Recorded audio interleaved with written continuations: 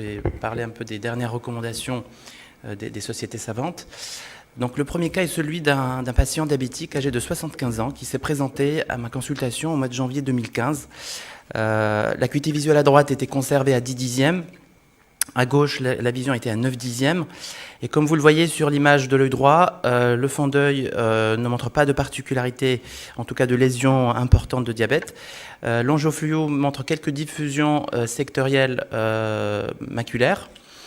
Et à gauche, on a une couronne d'exsudat avec des diffusions multifocales à l'angiographie à la fluorescine. L'OCT de l'œil gauche met en évidence l'épaississement sectoriel maculaire, avec, comme vous voyez, le centre est dans certaines coupes un peu épargné, ce qui explique la bonne acuité visuelle.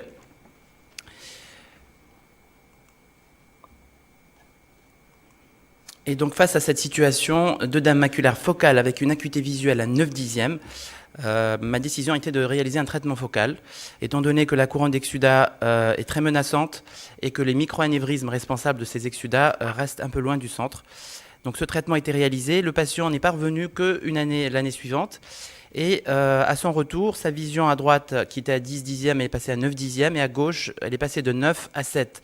Alors je me suis posé la question, est-ce que le laser était efficace, d'autant plus que je voyais de nouvelles couronnes apparaître, mais en fait, si on voit attentivement, la première couronne traitée a disparu, mais deux nouvelles couronnes adjacentes sont réapparues.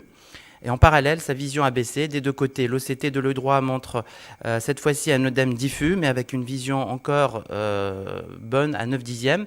Et à gauche, une bonne logette centrale, un œdème sectoriel et une vision qui passe à 7 dixièmes.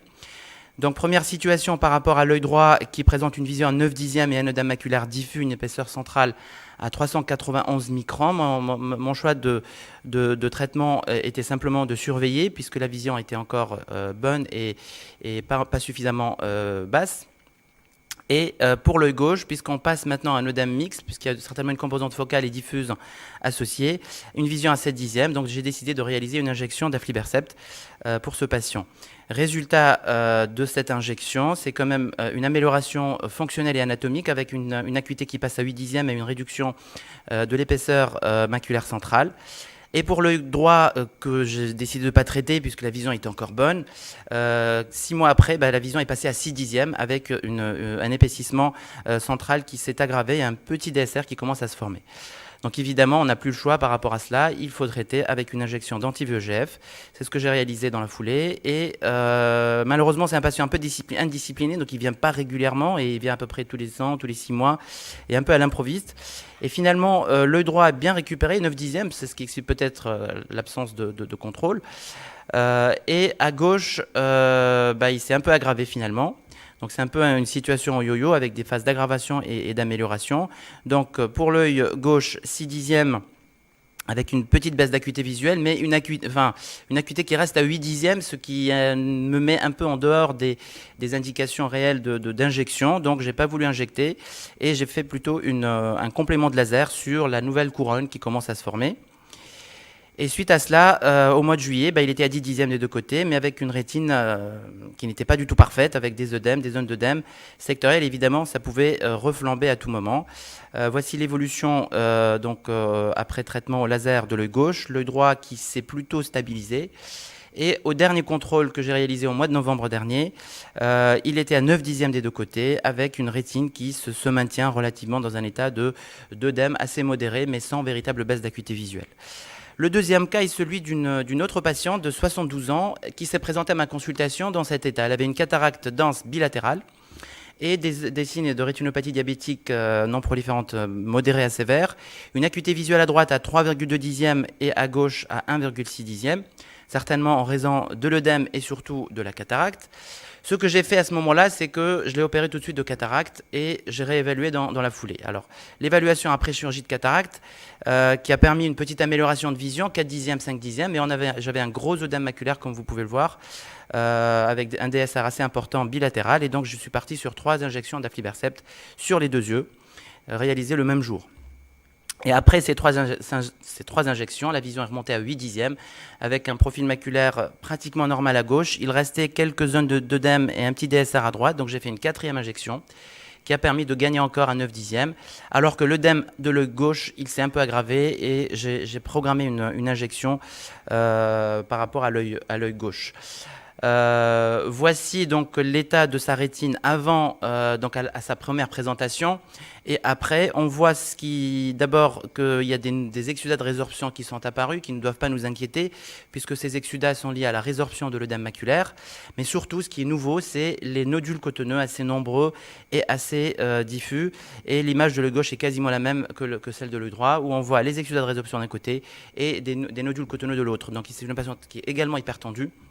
Donc j'ai tout de suite écrit un courrier pour son médecin afin de mieux équilibrer sa tension artérielle, parce qu'elle m'a dit que oui, je suis bien équilibré, mais au vu des images du fond d'œil, je ne peux pas la croire.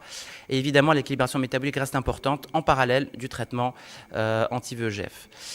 Voici à la fin, toujours pour cette patiente, des images d'angio-CT avec, comme vous pouvez le voir, des zones de non-perfusion et qui sont relativement respectées entre le plexus superficiel et profond. Quand on a une zone de non-perfusion plexus superficiel, ça concorde parfaitement avec les zones de plexus profond, ce qui veut dire que dans l'œdème maculaire diabétique, ces zones de non-perfusion prennent à peu près la totalité du réseau capillaire, et également pour l'œil gauche, on voit bien ces zones de non-perfusion, donc dans la zone du pôle postérieur et de la région maculaire, et qui peuvent également participer activement au développement et à l'apparition de l'œdème maculaire. Alors tout ça pour conclure au niveau des nouvelles recommandations, les guidelines. Récemment, on a eu plein de mises au point très valeureuses publiées. D'abord celle de Retina, qui fait 39 ou 40 pages, la Cochrane, qui est une des revues les plus importantes en matière de méta-analyse, avec, je crois, 60 ou 70 pages. Et également, il y a les recommandations de la SAFO. Et puis notre ami Aude Couturier a fait une belle mise au point que je vous conseille de lire, parce qu'il y a seulement 4 pages, mais ça résume tout, en fait. Ça résume ces deux grandes études.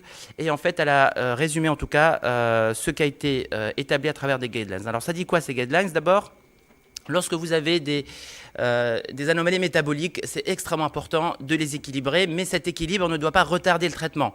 Il y a quelques années, on disait on va équilibrer puis on va voir. Non, aujourd'hui, ça doit changer. Vous équilibrez, mais en même temps, vous traitez. Donc ça, c'est la première recommandation. Évidemment, l'équilibration HTA, hémoglobine glyquée avec un objectif d'atteindre les 7%, et également l'équilibration des facteurs lipidiques. Ensuite, si vous avez un œdème maculaire avec une baisse significative, on va voir après à partir de quel niveau, mais en tout cas, il faut instaurer un traitement anti-VEGF de première intention avec un rythme d'injection mensuel, au moins 5 injections au départ pendant les 6 premiers mois. Ensuite, partir sur un régime fixe, ce qui est conseillé, un régime bimestriel ou treat and extend.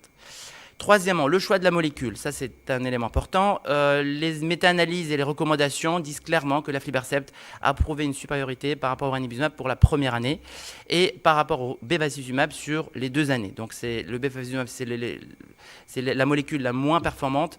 Je sais qu'en Tunisie, on n'a pas malheureusement trop le choix à cause des conditions financières, mais en tout cas, s'il y a la possibilité de commencer par un aflibercept, c'est toujours mieux. Et enfin, qu'en est-il de l'implant de dexaméthasone? Cette molécule qui peut également être indiquée, en général, c'est un traitement de deuxième intention, mais dans certaines situations, elle peut être instaurée en première intention. Si vous avez un patient pseudofac, sans aucune contre-indication, avec bien sûr des contre-indications aux anti-VEGF, des antécédents récents d'accident vasculaire cérébral par exemple, et surtout sans glaucome et sans signe d'hypertension oculaire, sans risque en tout cas de glaucome. Mais dans tous les cas, après cette injection, il faut surveiller étroitement la tension oculaire pendant au moins les 2 premiers mois. Alors, quelques questions restent encore posées et il n'y a pas encore de consensus. D'abord, le laser. Le laser, aujourd'hui, est-ce qu'il a encore une place avec ces nouveaux traitements pharmacologiques très efficaces? Oui, le laser a toujours une place, mais sa place doit être réservée au traitement des exsudats menaçants ou atteignant le centre, et quel que soit le niveau d'acuité visuelle. Si vous avez même une vision à 10 dixièmes avec des exsudats menaçants et des microanévrismes, bien sûr, loin du centre, il faut traiter sans voir l'acuité visuelle réellement. Ensuite, à partir de quelle acuité visuelle peut-on injecter? Donc ça, c'est toujours un problème. Aujourd'hui, l'AMM dit qu'il faut traiter à partir de 5 dixièmes. Mais on sait très bien qu'à travers notre expérience, que c'est insuffisant. Et aujourd'hui, la barre est remontée à 7 dixièmes, inférieur ou égal à 7 dixièmes. Et peut-être, dans les années ou les mois à venir, on pourrait passer à 8 ou 9. Enfin bon, on verra en tout cas. Mais aujourd'hui, je pense qu'à partir d'une vision inférieure ou égale à 7 dixièmes, il faut instaurer le traitement anti-VEGF. Ensuite, en cas de cataracte, est-ce qu'on opère avant, pendant, après? Vous avez vu que dans mon cas, moi j'ai opéré la cataracte avant, ensuite j'ai instauré, mais je n'ai pas trop tardé. Il n'y a pas de consensus non plus, mais la plupart des leaders d'opinion s'accordent pour dire qu'il faut peut-être opérer entre la deuxième et la troisième injection d'anti-VEGF ou bien 2 mois après une injection de Zurdex. Mais encore une fois, il n'y a pas de consensus. Dans tous les cas, quand vous avez à traiter un patient avec un œdème maculaire diabétique, il faut ne pas oublier de surveiller la rétinopathie et réaliser le laser et la PPR quand c'est indiqué évidemment, durant le suivi de l'œdème maculaire et aussi avant la chirurgie de la cataracte. Je vous remercie pour votre attention. Monsieur Hatem, je vous propose, il y a trois interventions sur la rétinopathie diabétique, oui. Donc je pense qu'il est plus